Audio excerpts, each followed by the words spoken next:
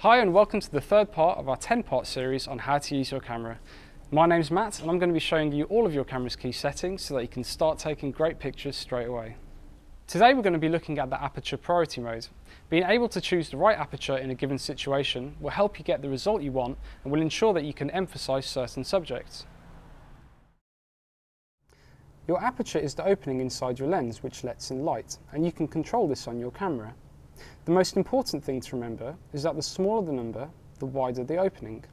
So, an aperture of around f3.5 or f4.5 is relatively large, while f16 or f22 is a relatively small aperture.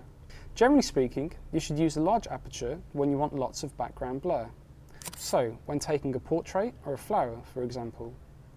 Using a wide aperture allows you to isolate the subject from the background and means you can place greater emphasis on one or more subjects.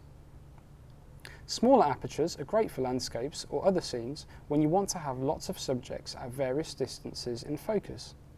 The extent to which you have lots of elements in focus in your image is known as your depth of field. For most subjects, an aperture in the middle, around f5.6 to f11, should be fine.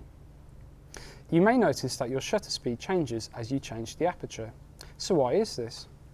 As the aperture gets smaller in size, the shutter needs to be open for a longer period of time to let enough light in to create a balanced exposure. Make sure your shutter speed doesn't drop too low, as you may get blurry images.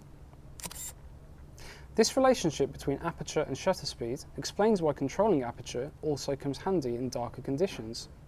Wide apertures are useful in low light, as you generally want the shutter speed to be as fast as possible. If your shutter speed is too slow, you're likely to end up with blurry images. If you have a tripod, however, you can safely use a smaller aperture to achieve a long shutter speed, as this will help you creatively blur movement, such as cars and other vehicles, to create traffic trails. Thanks for watching this tutorial. Next time we'll be having a look at your camera's shutter priority mode. For more tips and advice, visit us on Facebook, Twitter or Google+, or check out wexphotographic.com/blog.